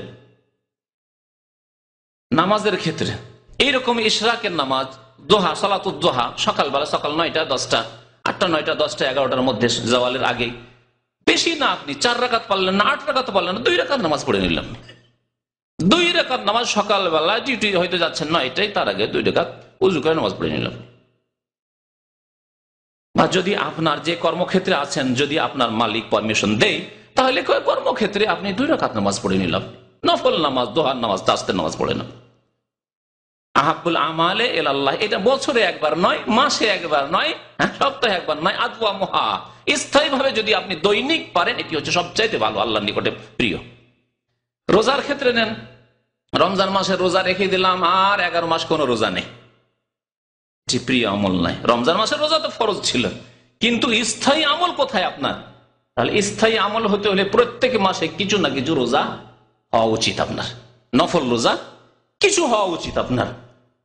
কিছু কেমন করে হবে? এখন দেখতে হবে আপনাকে নবী করিম সাল্লাল্লাহু আলাইহি সাল্লামের আদর্শ, তার সুন্নাত কেমন ছিল। লাকাদ কানা লাকুম ফি রাসূলিল্লাহি উসওয়াতুন হাসানাহ, রাসূলুল্লাহ সাল্লাল্লাহু আলাইহি ওয়াসাল্লামের মধ্যে রয়েছে তোমাদের জন্য উত্তম আদর্শ। আপনাদের মাঝে প্রিয় নবী সাল্লাল্লাহু আলাইহি ওয়াসাল্লাম কি আদর্শ ছেড়ে গেছেন নফল রোজা সম্পর্কে, নফল ইবাদত বন্দেগী সম্পর্কে। রোজা সম্পর্কে নিয়ে নেন, রোজা রমজানে শেষ করলাম, ব্যাস না, প্রথম নেন নফল রোজা। নবী করিম সাল্লাল্লাহু আলাইহি ওয়াসাল্লাম ইরশাদ করেছেন, মুসলিম শরীফের হাদিস, মান সামা রমাদানা, যে ব্যক্তি রমজান মাসে রোজা রাখলো, সুম্মা আতবা সিত্তাম মিন শাওয়াল, তারপরে শাওয়াল মাসের 6টি রোজা রাখলো। কয়টি রোজা? শাওয়াল মাসে 6টি রোজা রাখলো। কানা কাসিয়ামুদ দাহর, এইভাবে নিয়মিত যদি সে রোজা রাখে তাহলে সে যেন সারা জীবন রোজায় থাকলো। এইভাবে যদি সে রোজা রাখে প্রতি বছর কতটি রোজা হলো তাহলে? 30 আর 6, 36টি রোজা যদি কেউ রাখে তাহলে সেই ব্যক্তি যেন সারা জীবন রোজা রাখার নেকি পেল। কিভাবে হিসাব জানা আছে না?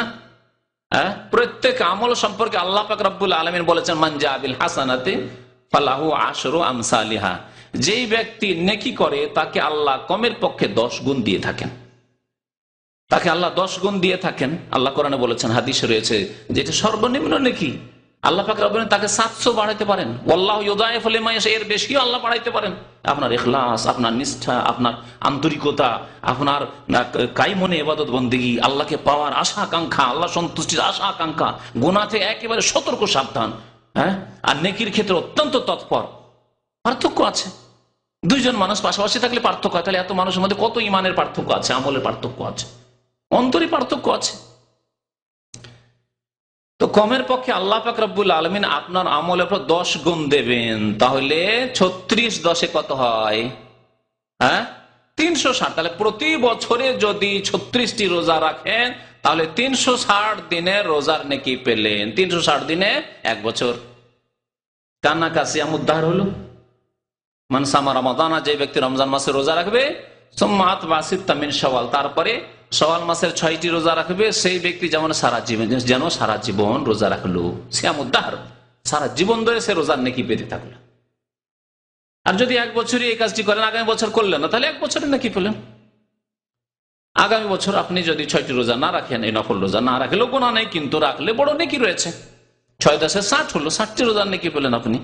আর 30টি রোজা রমজানে রেখে 300 নেকি পেলেন। এই ছিল একটি নফল রোজা, যেই রোজা রাখার চেষ্টা করবেন। আল্লাহ যেন আমাদেরকে তৌফিক দান করেন। এই ক্ষেত্রে আরো একটি কথা বলার প্রয়োজন রয়েছে, বিশেষ করে মহিলাদের ক্ষেত্রে, অথবা যারা সফর করেছেন, রোজা হয়তো ফরজ রোজা ছুটে গেছে, কাজা বাকি আছে, তাদের ক্ষেত্রে উত্তম হচ্ছে যে প্রথমে ফরজ রোজাগুলি রেখে নেওয়া, তারপরে শাওয়াল মাসে নফল রোজা রাখা। কারণ হাদিসে নবী সাল্লাল্লাহু আলাইহি ওয়াসাল্লাম মান সামা রমাদান, যে ব্যক্তি রমজান মাসে রোজা রাখলো তারপরে 6 রোজা রাখলো, তাহলে বোঝা গেল রমজান মাসের রোজা কমপ্লিট করে 6 রোজা রাখলো। এই জন্য এটি হচ্ছে ঠিক। তবে কারো সামনে যদি সময় সংকীর্ণ হয়ে উঠে, সময় সংকীর্ণ, কাজা রোজা রাখতে গেলে আর শাওয়াল মাসের 6 রোজা রাখার সময় পাচ্ছে না, তাহলে এই ক্ষেত্রে কি করা যাবে? হ্যাঁ, এই ক্ষেত্রে জায়েজ আছে, অসুবিধা নেই। উত্তম বললাম যে উত্তম হচ্ছে রমজান মাসের সংখ্যা পুরা করে নেওয়া। মহিলাদের 5টি 7টি 10টি রোজা হয়তো ছুটি আছে, বা আপনার সফরের কারণে 5টি 7টি রোজা হয়তো আপনার ছুটি আছে, কাজা করতে হবে, সেটি কাজা করে নেওয়ার পরে শাওয়াল মাসের রোজা রাখেন, এটি হচ্ছে সবচেয়ে ভালো, উত্তম।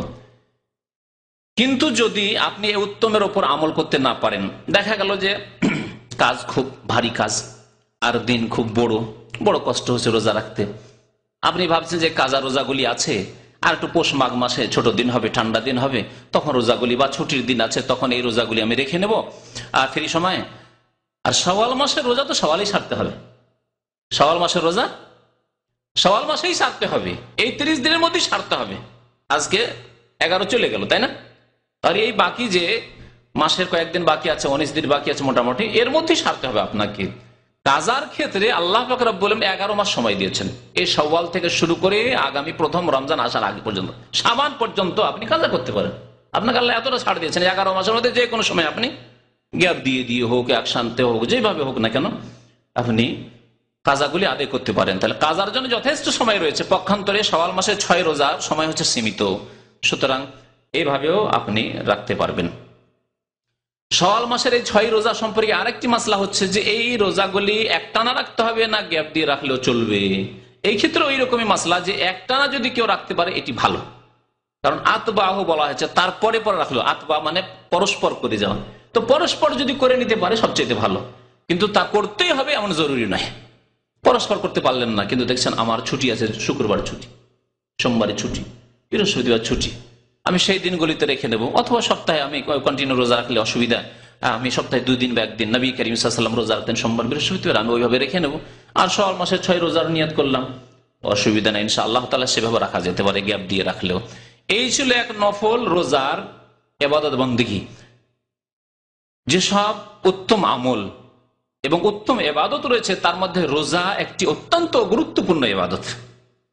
রোজার প্রশংসা সম্পর্কে আল্লাহ পাক রব্বুল সূরা আহজাবের আয়াত নম্বর 35 ইরশাদ করেছেন, মুসলিম নারী পুরুষ তাদের বিভিন্ন গুণাবলী আল্লাহ পাক রব্বুল উল্লেখ করার পরে বলছেন ওয়াস-সায়িমিনা ওয়াস-সায়িমা, রোজাদার পুরুষ এবং রোজাদার নারী, ওয়াল হাফিজিনা ফুরুজাহুম ওয়াল হাফিজাত, আর যারা লজ্জাস্থানের হেফাজতকারী পুরুষ, লজ্জাস্থানের হেফাজতকারিনী নারী।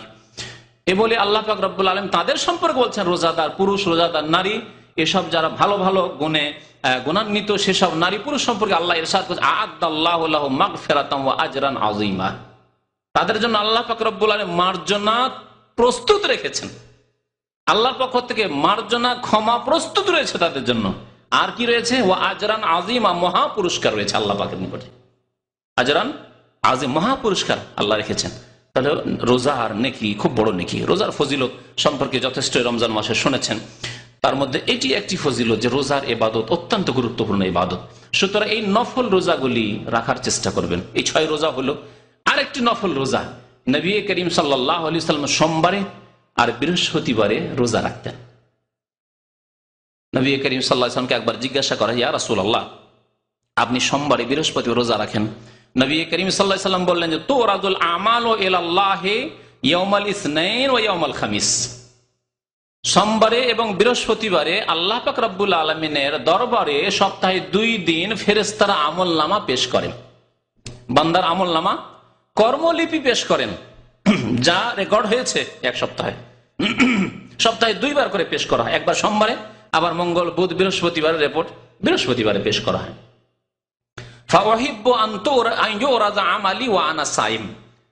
সুতরাং আমি পছন্দ করি যে আমার আমল যখন আল্লাহর দরবারে পেশ করা হবে সেই দিন যেন আমি রোজাই থাকি। আর ফেরেশতারা যখন পেশ করবে যে মুহাম্মদ সাল্লাল্লাহু আলাইহি ওয়াসাল্লাম কি অবস্থায় রয়েছেন, তখন ফেরেশতারা রিপোর্টে লিখেন যে আজকে সোমবারে মুহাম্মদ সাল্লাল্লাহু আলাইহি ওয়াসাল্লাম রোজাই রয়েছেন। বৃহস্পতিবারে ফেরেশতারা যখন আল্লাহর দরবারে রিপোর্ট পেশ করবেন, তখন যাতে করে ফেরেশতারা রিপোর্টে বলেন মুহাম্মদ সাল্লাল্লাহু আলাইহি ওয়াসাল্লাম বৃহস্পতি রোজাই রয়েছেন। আপনি কি এরকম চান না? আল্লাহ যেন আমাদের সবাইকে তৌফিক দান করেন, বলুন আমিন। কত ভাগ্যবান যে ফেরেশতারা আপনার সম্পর্কে রিপোর্ট পেশ করছে। পাপ হতে পারে রোজার অবস্থায়, বিশেষ করে পাপ যেসব হয় রোজার অবস্থায় মানুষ পাপ থেকে বেঁচে থাকে।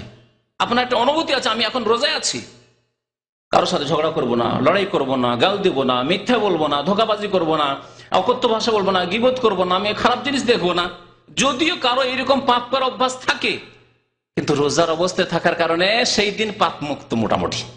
হ্যাঁ, সিগারেট বিড়ি খান, আপনি হারাম খান, সেই দিন পাপ মুক্ত সিগারেট বিড়ির গুনাহ থেকে, তাই না, এই হারাম থেকে। তাহলে এই অবস্থায় আপনার আমলনামা পেশ করা হলো আল্লাহ পাক রব্বুল আলামিনের দরবারে। কত ভালো কথা, নবী করিম সাল্লাল্লাহু আলাইহি ওয়াসাল্লাম এই কথাই বলেছেন।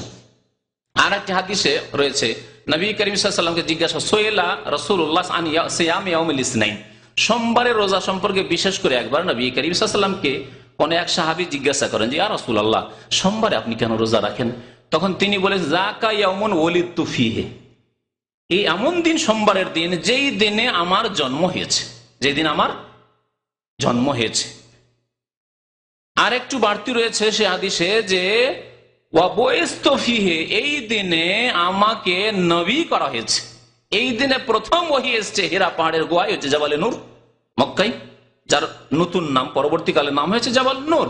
এখানে আল্লাহর পক্ষ থেকে আলো আসার কারণে, দিনের আলো, ইসলামের আলো, কোরআনের আলো আসার কারণে এই পাহাড়ের নাম হচ্ছে হীরা পাহাড়, গারে হীরা, হীরা পাহাড়ের গুহা।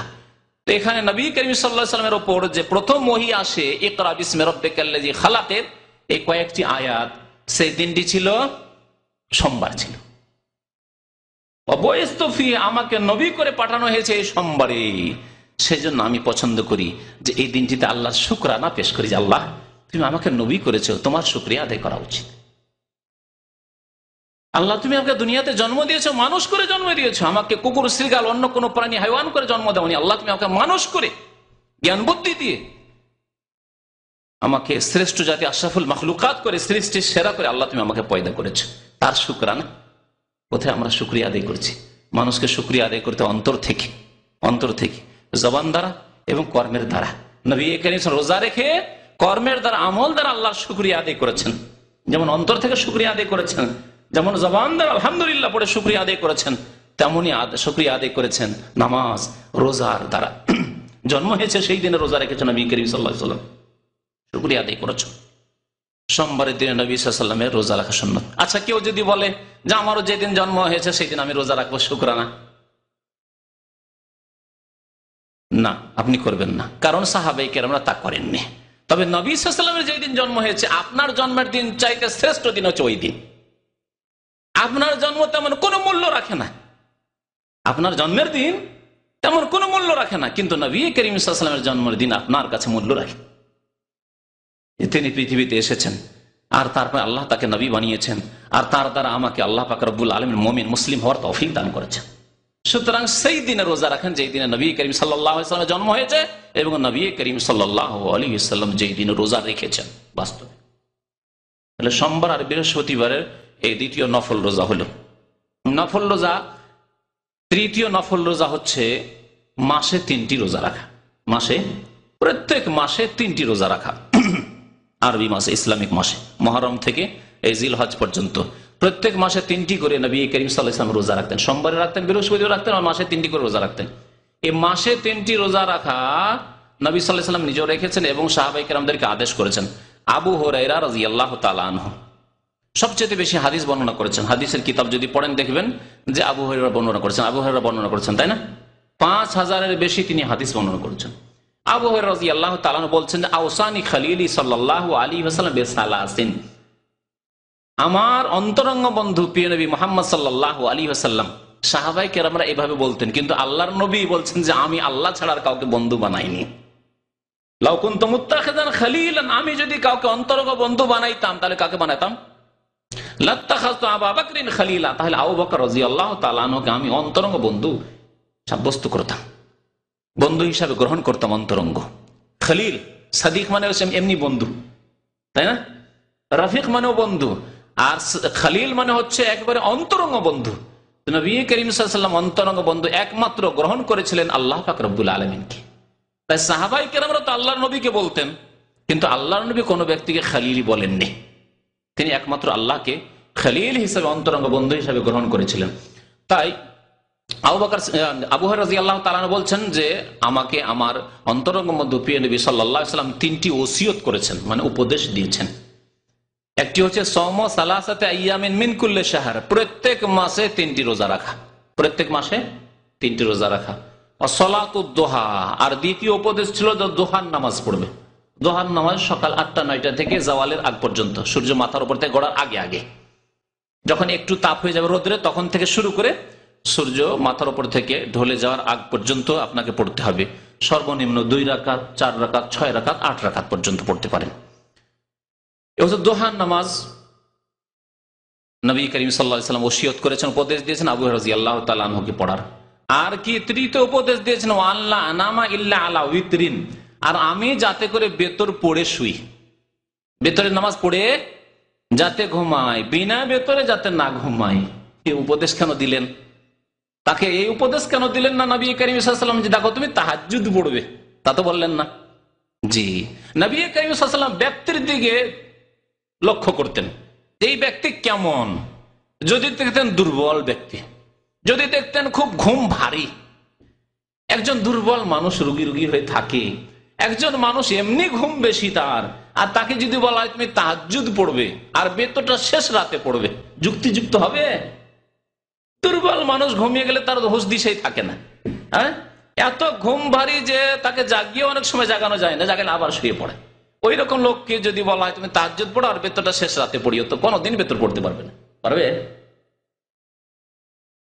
সবসময় বেতর তার যাবে আর গুনাহগার হবে সে, কারণ বেতরের বড় গুরুত্ব রয়েছে, বেতরের বড়ই গুরুত্ব রয়েছে। যদিও অধিকাংশ উলামাদের নিকটে সুন্নতে মুআক্কাদা, কিন্তু তা ছাড়লে গুনাহগার হবে। আর অনেক উলামারা এই জন্য ওয়াজিব বলেছেন, আর ওয়াজিব সুন্নতে মুআক্কাদা কাছাকাছি, যেটি ফরজ নয়। তো কথা হচ্ছে যে বেতর পড়ে শুইতে বলেছেন নবী করিম আবু হুরায়রা রাদিয়াল্লাহু তাআলা আনহুকে, পক্ষান্তরে অন্য সাহাবীকে আবার তাহাজ্জুদ পড়ার আদেশ করেছেন।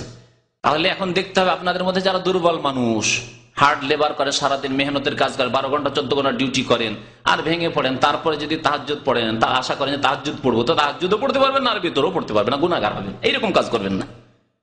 হালকা কাজ করছেন, বা ঘুম আপনার হালকা, যে কোনো সময় জাগতে পারেন, হালকা একটু অ্যালার্ম হলে জেগে যেতে পারেন, তাহলে পড়েন, আপনি তাহাজ্জুদের আশা করেন এবং তাহাজ্জুদ পড়ার চেষ্টা করেন। নবী করিম সাল্লাল্লাহু আলাইহি ওয়াসাল্লাম আব্দুল্লাহ বিন উমর রাদিয়াল্লাহু তাআলা আনহুমা, উমর রাদিয়াল্লাহু তাআলা আনহুর ছেলে, হাফসা রাদিয়াল্লাহু তাআলা উম্মুল মুমিনিনের ভাই, স্বপ্ন দেখলেন একদিন। নবী করিম সাল্লাল্লাহু আলাইহি ওয়াসাল্লাম বললেন হাফসাকে যে তোমার ভাই যে আব্দুল্লাহ আছে, নেমার রাজুল আব্দুল্লাহ লাউ কানা ইউসাল্লি বিল-লাইল, এই আব্দুল্লাহ তোমার ভাই খুব ভালো মানুষ, যদি সে রাত্রে তাহাজ্জুদের নামাজ পড়ে, যদি সে রাত্রে তাহাজ্জুদের নামাজ পড়ে। তাহলে দেখেন আব্দুল্লাহ বিন উমরের ক্ষেত্রে নবী সাল্লাল্লাহু আলাইহি ওয়াসাল্লাম বলেন যে সে যেন তাহাজ্জুদের নামাজ পড়ে, তাহলে ভালো মানুষ, সে সৎ মানুষ, আল্লাহর নেক মানুষ, ওলি মানুষ, খুব আল্লাহওয়ালা মানুষ হয়ে যাবে যদি সে রাতে তাহাজ্জুদের নামাজ পড়ে। আর আরেকজন সাহাবীকে বলছেন তুমি বেতর পড়ে শুইবে।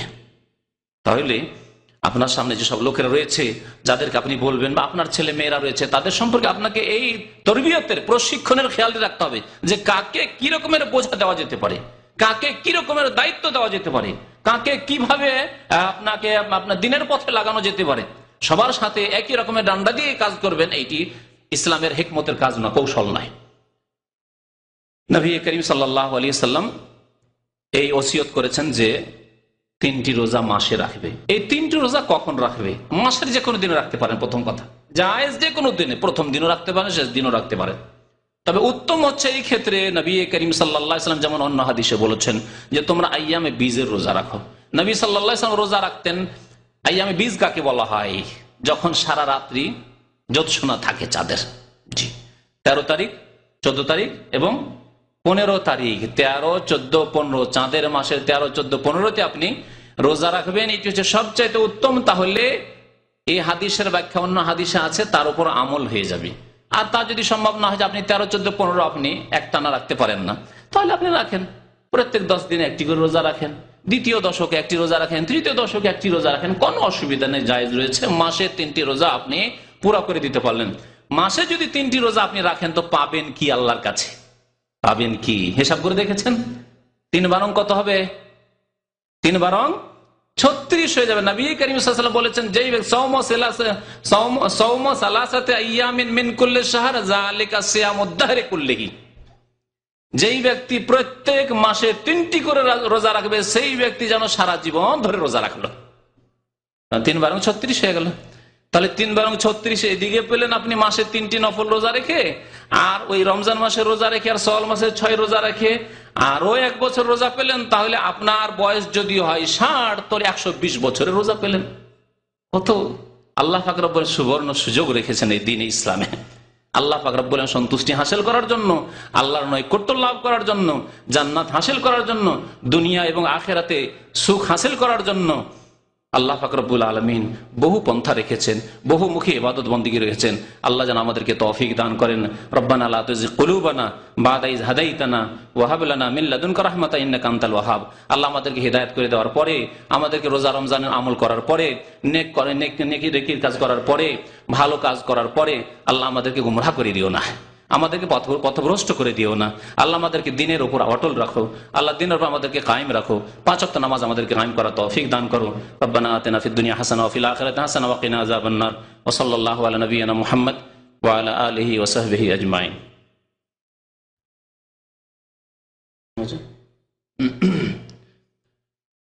আমাদের এক ভাই দরখাস্ত করেছেন, ওনার পরিবারে কিছু অসুস্থ রয়েছে, তাদের জন্য আল্লাহ যেন তাদের আরোগ্যতা দান করেন।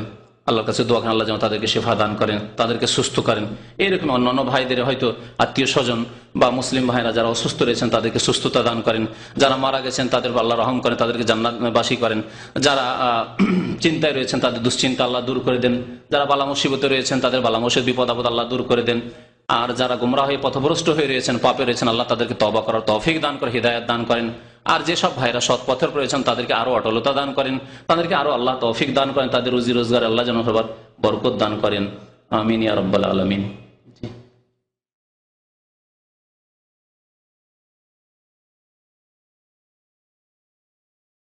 কি লিখেছে পড়ে দেন।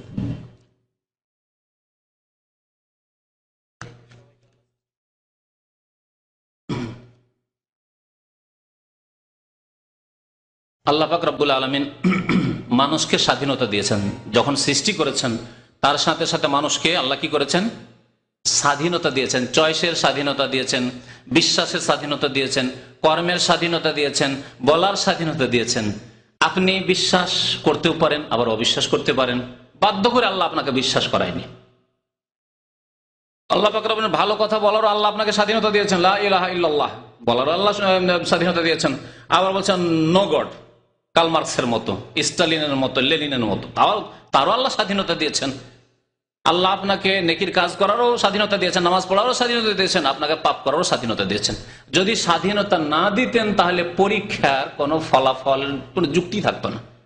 স্বাধীনভাবে রেখেছেন তাহলে তো এখানে পরীক্ষা রয়েছে। বাধ্য করে যদি ভালো কাজ করিয়ে নিতেন তবু কি, সবাই তো বাধ্য হয়ে করবো, কারণ এইরকমই ফেরেশতাদের মতো আল্লাহ সৃষ্টি করেছেন। তাহলে আবার পরীক্ষায় কি থাকলো? আবার বাধ্য করে যদি আল্লাহ পাপ করিয়ে নিতেন পাথরের মতো, তাহলে পাথরের মতো যেখানে পাহাড় আছে, ওই ওহদ পাহাড় ওখানে আছে, কিয়ামত পর্যন্ত সেখানেই থাকবে, ঠিক না? তাহলে আর হিসাব কি নেবেন আল্লাহ পাকের মধ্যে? বাধ্যই করেছেন। তো আল্লাহ বাধ্যও করেননি, আর আবার সবকিছু আমাদের এখতিয়ারও দিয়ে দেননি। আল্লাহ পাক রব্বুল আলামিন সৃষ্টি করেছেন, সৃষ্টি করার পর 2 রকম গুণ দিয়ে, ভালো মন্দ 2টি গুণ দিয়ে আমাদেরকে ছেড়ে দিয়েছেন। ভালো গুণকে বলা হয়েছে ফেরেশতাগত গুণ, আর খারাপ গুণকে বলা হয়েছে শয়তানগত গুণ, পাশবিক গুণ। 2 গুণ দিয়ে দিয়েছেন, আর 2টোর দ্বন্দ্ব আপনার মধ্যে হচ্ছে। এবং কোনটিকে আপনি শক্তিশালী করছেন? ভালো গুণকে শক্তিশালী করতে হলে নেক আমলের মাধ্যমে, ভালো কাজের মাধ্যমে শক্তিশালী করতে হবে। এই জন্য আল্লাহ পাক রব্বুল আলামিন স্বাধীনতা দেশ, সেই স্বাধীনতার আওতাভুক্ত হিন্দু একজন স্বাধীনভাবে সে কুফরি করছে, আর একজন মুসলিম নামাজি স্বাধীনভাবে নামাজ পড়ছে, একজন বেনামাজি স্বাধীনভাবে নামাজ ছাড়ছে। তাই আল্লাহ পাক রব্বুল আলামিন সৎ লোকদেরকে আল্লাহ উত্তম প্রতিদান দেবেন, আর অসৎ কাফের বেদিন বেনামাজিদেরকে আল্লাহ তাদের উচিত শাস্তি দেবেন, কারণ তারা তাদের যে স্বাধীনতা ছিল সেই ক্ষেত্রে অন্যায় পথ অবলম্বন করেছে।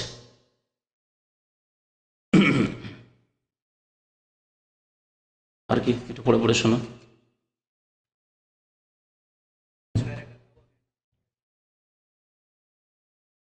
মাগরিবের পরে আউয়াবিরা নামাজের হাদিস জয়ীফ, কোনো সহিহ হাদিস নেই। জি, সহিহ নয় এই নামাজ। জি, সুতরাং এটা পড়বেন না। রফুল ইয়াদাইন মানে দুই হাত উঠিয়ে নামাজ পড়া, রুকুতে যাওয়ার সময়, রুকু থেকে ওঠার সময়। আর প্রথমটা তো সবাই করে, সবাই মানে তাকবীর তাহরিমার সময় এটা সবাই করে। বাকি রুকুতে যাওয়ার সময়, রুকু থেকে ওঠার সময়, আর 4 রাকাত বা 3 রাকাত বিশিষ্ট নামাজে 2 রাকাত পড়ে তাশাহুদ পড়ে ওঠার সময়। এই ক্ষেত্রগুলিতে সহিহ হাদিস রয়েছে, সহিহ বুখারীতে রয়েছে, মুসলিম বিভিন্ন হাদিস রয়েছে। এমন কোন হাদিসে গিয়ে আমার মনে হয় নাই যাতে রফুল ইয়াদাইনের হাদিস নেই। আর রফুল ইয়াদাইন হাত উঠিয়ে নামাজ পড়া সম্পর্কে অনেক আহনাফ ওলামারা বলেছেন যে এটি মানসুখ নয়, রহিত নয়, বরং এই হুকুম বাকি বহাল রয়েছে। তাদের মধ্যে আল্লামা আব্দুল হাই লাখনবী, আল্লামা সিন্দি, বহু ওলামায়ে কিরামরা যারা বলেছেন যে না রফেদান, শাহ ওয়ালিউল্লাহ মুহাদ্দিস দেহলভী, তারা বলেছেন যে রফেদান আছে হাদিসে, এবং রফেদানে নবী সাল্লাল্লাহু আলাইহি ওয়াসাল্লামের সারা জীবনের আমল। যদি একবার কখনো করে থাকেন সেই হাদিস আবার যঈফ রয়েছে, হয়তো সেটি সাব্যস্ত নয়, অথবা কখনো একবার করেননি, এটা হতে পারে। কিন্তু বেশিরভাগ সময়, প্রায় সময় নবী করিম সাল্লাল্লাহু আলাইহি ওয়াসাল্লাম রফেদান করে সারা জীবন নামাজ পড়েছেন। এটি হচ্ছে সুন্নত তরিকার নামাজ।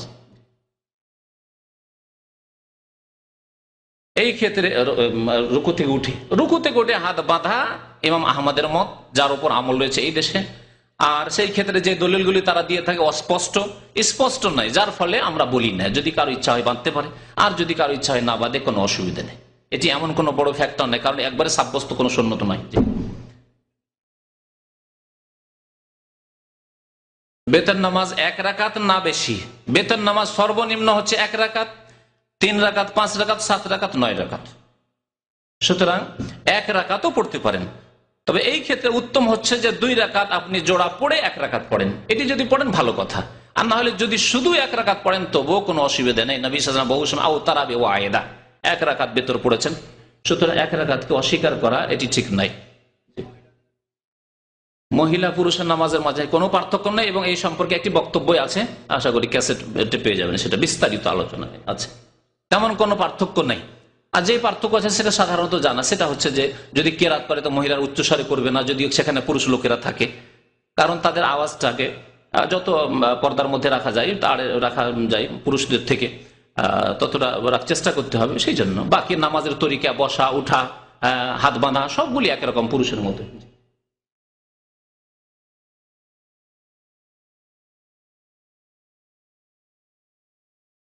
গরু বলছেন যে গরু একটি কিনেছিল কোরবানি করার জন্য, গরু মারা গেছে। যদি এই ক্ষেত্রে পয়সা থাকে, বলছে পয়সা নেই, পয়সা যদি থাকে তাহলে আবার কিনবে এবং কোরবানি করবে। আর যদি না থাকে তাহলে কোনো অসুবিধা নেই, মারা গেছে, তাদের ইখতিয়ারে নয়, শুধু আল্লাহ পাক রব্বুল আলামিন হয়তো তাদেরকে নেকি দিয়ে দিবেন। জি,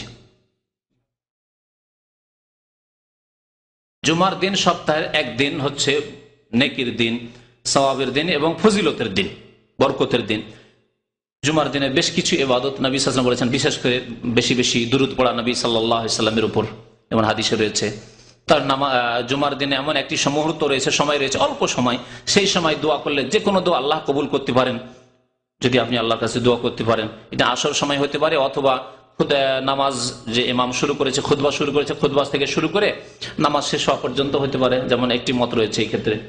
তো এই দিনটি বড় ফজিলতের দিন, এই দিনে সূরা কাহফ তেলাওয়াত করা। এছাড়া সবচেয়ে বড় ইবাদত হচ্ছে এই দিনের জুমার নামাজ, এবং জুমার নামাজে বড় গ্যাদারিং, একসাথে একত্রিত মুসলিম ভাইদের। হয়তো বিরাট এলাকা নিয়ে থাকছেন, সপ্তাহে কোনো সময় দেখা হওয়ার সুযোগ হয় না, আপনি নিজ ডিউটিতে, অন্যরা ডিউটিতে, বা নিজের নিজের কাজকর্ম নিয়ে, ব্যবসা নিয়ে ব্যস্ত, কারোর সাথে দেখা হয়নি, কিন্তু মসজিদে, জুমা মসজিদে গেলে মাশাআল্লাহ দেখা সাক্ষাৎ হয়ে যাচ্ছে। এই হিকমতের কারণে আল্লাহ পাক রব্বুল সপ্তাহে একটি গ্যাদারিং এর ব্যবস্থা করেছেন, আর বছরে 2 বার গ্যাদারিং ব্যবস্থা করে, যাতে করে গোটা শহরের লোকদের সাথে দেখা সাক্ষাৎ হয়ে যায়। আমরা যদি ওইভাবে, যে আপনার বড় ঈদগাহ রয়েছে, সেখানে সবাই যদি দাম্মামবাসী, ঢাকাবাসী যদি ওই রকম 2-3টা ঈদগাহে যদি একত্রিত হয়, তো প্রায় লোকদের একে অপরের সাথে দেখা হওয়ার সম্ভাবনা আছে। এইভাবে সারা বিশ্বের লোকদের জন্য, সারা বিশ্বের গ্যাদারিং এর জন্য আল্লাহ পাক আরাফার ময়দানের ব্যবস্থা করেছেন, যে আরাফাতে এসে দেখা সাক্ষাৎ হোক।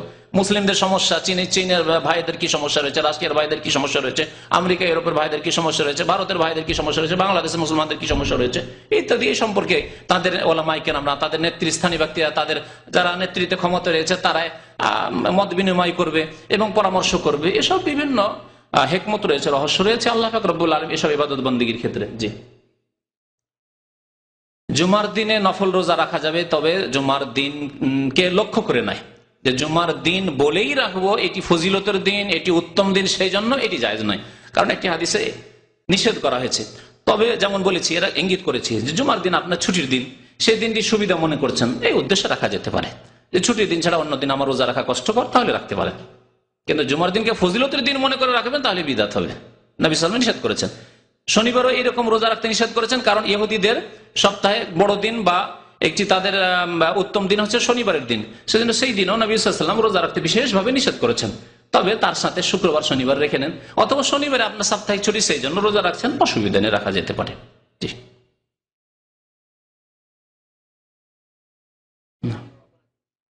স্বামী স্ত্রীর সম্পর্ক ইনশাআল্লাহ থাকবে। হুম ওয়াজওয়াজহুম, আল্লাহ করে বলছেন হুম, তারাও যাবে জান্নাতে এবং তাদের স্বামীরাও যাবে বা স্ত্রীরাও যাবে, কিন্তু উভয়ে জান্নাতি হইতে হবে, উভয়ে সৎ হইতে হবে, নেক হইতে হবে। দুইজনে জান্নাতে গেলে দেখা সাক্ষাৎ হবে।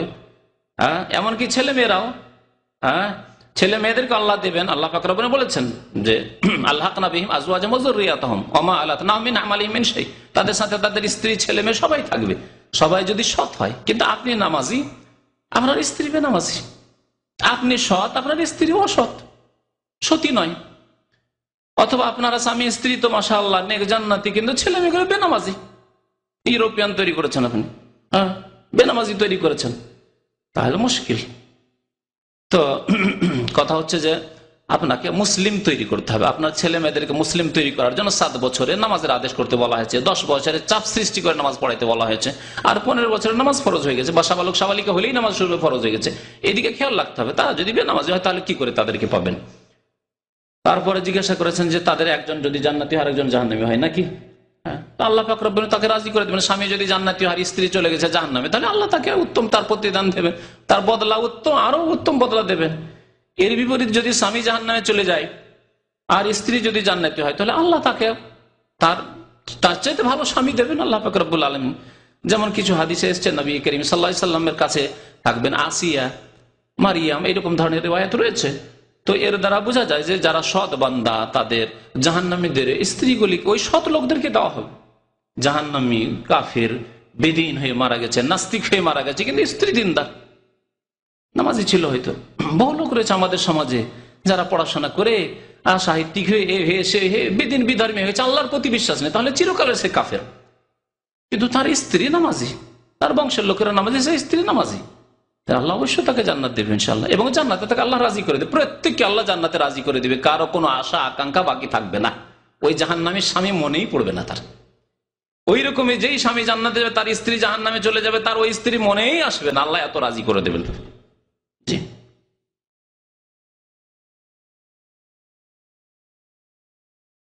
2-3 বার জানাজা এক জায়গায় রেখে যদি লোকজন ধীরে ধীরে আসতে আছে আর জানাজা পড়তে আছে, কোনো অসুবিধা নেই, সুবিধা নেই।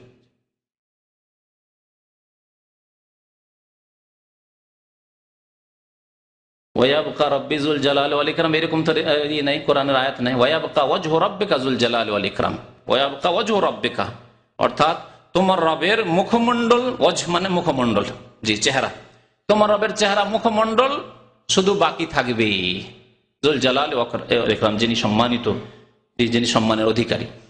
তো এর দ্বারা আল্লাহর চেহারা প্রমাণিত হয়, মুখমণ্ডল ফেস প্রমাণিত হয়। তাই আল্লাহর চেহারা আছে বলে চেহারার কথা বলা হয়েছে, কিন্তু চেহারাকে বলে একটি অঙ্গ বলে তার সত্তাকে উদ্দেশ্য করা হয়েছে। যেমন আমরা বলে থাকি যে দিলওয়ার ভাই আপনার চেহারাটা অনেক দিন থেকে দেখিনি, তার মানে কি আপনার পাগুলো দেখেছি নাকি, আপনার হাতগুলো দেখেছি, শুধু চেহারাটাই দেখিনি, এই অর্থ অবশ্যই নাই। আপনার চেহারা, আপনার মুখখানা অনেক দিন থেকে দেখিনি। ছেলেকে অনেকদিন পর দেখছেন, বলছে বাবা রে তোর মুখটা অনেকদিন থেকে দেখিনি, বিদেশে তুই, তার মানে কি তার হাত পাগুলো সব দেখতে পাচ্ছে? এটা তো অর্থ কখনো নাই, পাগলও বলবে না। তো কথা হচ্ছে যে ওই রকমই তবে চেহারা আছে, সেই জন্য চেহারার কথা বলা হয়েছে। ওই রকমই আল্লাহ পাক রব্বুল আলামিনের জাত, আল্লাহর সত্তা শুধু থাকবেন পৃথিবীর সবকিছু, কুল্লু মান আলাইহা ফান, সবকিছু ধ্বংস হয়ে যাবে, আল্লাহর জাত আল্লাহ সত্তা থাকবেন শুধু। এই হচ্ছে উদ্দেশ্য। কিন্তু ওয়াজ বলা হয়েছে এই জন্য যে আল্লাহর চেহারা আছে। জি, আল্লাহর চেহারা আছে এবং আল্লাহর চেহারা আল্লাহর মতো। কেমন এটা জানা নাই, ওলামারা বলেছেন। কেমন বলবেন না আপনি, কিন্তু আল্লাহর চেহারা আছে। আর বলবেন আল্লাহ নিরাকার, আল্লাহর আকারই নেই, মিথ্যা কথা এবং অন ইসলামিক কথা। এটি হিন্দু মতবাদ যা মুসলিমদের মধ্যে ঢুকে পড়েছে। আল্লাহর আকার আছে, আল্লাহর আকারের মতো। মানুষের আকারের সাথে বানরের কোনো তুলনা নেই, কিন্তু বানরেরও আকার আছে, মানুষেরও আকার আছে, হনুমানেরও আকার আছে। তাহলে সৃষ্টির মধ্যে যদি এক সৃষ্টি অন্য সৃষ্টির সাথে কোনো মিল না থাকে, পার্থক্য থাকে, তাহলে সৃষ্টি আর স্রষ্টার মধ্যে কত পার্থক্য আছে, ব্যাস এইটুকু বুঝে নেন। বাকি আল্লাহর আকার রয়েছে, আল্লাহ পাকের হাত রয়েছে, মোবারক হাত রয়েছে। দুই হাতের কথা কোরআনে বালিয়াদাহু মাবসুতাতানে বলা হয়েছে। আল্লাহর চেহারা রয়েছে, আল্লাহর চক্ষু রয়েছে, আল্লাহ পাকের উপরে শোনেন, আল্লাহ দেখেন। বলে তুসনা আল্লাহ আইনি, আইনুর মানে চক্ষু। আল্লাহ পাকে বলেছেন চোখের কথা। জি,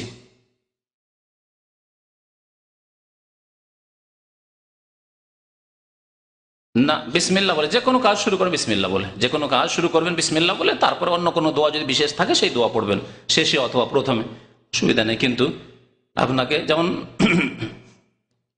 বিভিন্ন কাজের ক্ষেত্রে বিসমিল্লাহ রয়েছে, তারপরে মসজিদে দাখিল হচ্ছেন, হ্যাঁ বিসমিল্লাহে ওয়াসসালাতু ওয়াসসালামু আলা রাসূলিল্লাহ, তারপরে বলবেন আল্লাহুম্মা আফতালিয়া বাবা রাহমাতিকা আউযু বিল্লাহিল আযীম ওয়া বিওয়াজহিল কারীম সুলতানিল কারীম মিনাশ শাইতানির রাজীম। কিন্তু শুরু করলেন আপনি কি বলে? বিসমিল্লাহ বলে। জি, এরকম। আল্লাহর নৈকট্য লাভের জন্য ঈমান এবং সৎ আমল শর্ত। আল্লাহ ইন্নাল্লাযীনা আমানু ওয়া আমিলুস সলিহাতি কানাত লাহুম জান্নাতুল ফিরদাউসি নুজুলা। বহু জায়গায় আল্লাহ বলেছেন ঈমান এবং সৎ আমল হচ্ছে আল্লাহর নৈকট্যের উপায়। আল্লাহর নৈকট্যের উপায় কোনো ব্যক্তি নয়, আমি আপনার জন্য না, আর আমার জন্য আপনি নন, কেউ না, কেউ কারোর জন্য না। এমনকি নবী করিম সাল্লাল্লাহু আলাইহি ওয়াসাল্লামও কোনো কাজে আসবেন না যদি আমার ঈমান আমল ঠিক না থাকে, আপনার ঈমান আমল ঠিক না থাকে। যদি কোনো ব্যক্তি হিসাবে কাজে আসতেন তাহলে তিনি যেমন আব্বাসের জন্য কাজে আসবেন, হামজার জন্য কাজে আসবেন, তেমনি আবু তালেবের জন্য কাজে আসতেন। কাজে আসবেন না, আবু তালেব জাহান্নামে যাবে। হ্যাঁ, আবু লাহাব চাচা জাহান্নামে যাবে, দুই চাচা জান্নাতে, দুই চাচা জাহান্নামে। কেন? তাহলে ব্যক্তি কোনো কাজে আসবে না, কাজে আসবে আপনার ঈমান, বিশ্বাস, ইয়াকিন এবং আমল কর্ম। জি, আব্বাস রাদিয়াল্লাহু আনহুর আমল ঠিক ছিল, ঈমান নিয়ে এসেছিলেন। হামজা রাদিয়াল্লাহু আনহু ঈমান নিয়ে এসেছিলেন, সাইয়্যিদুশ শুহাদা হয়েছিলেন, তাই তারা জান্নাতে যাবেন। কিন্তু আবু লাহাব আপন চাচা, আবু তালেব চাচা, কোনো কাজে আসবে না, কোনো কাজে আসবে না। জি, ওয়া সাল্লাল্লাহু আলা নবিয়িনা মুহাম্মদ ওয়া আলা আলিহি ওয়া সাহবিহি আজমাইন।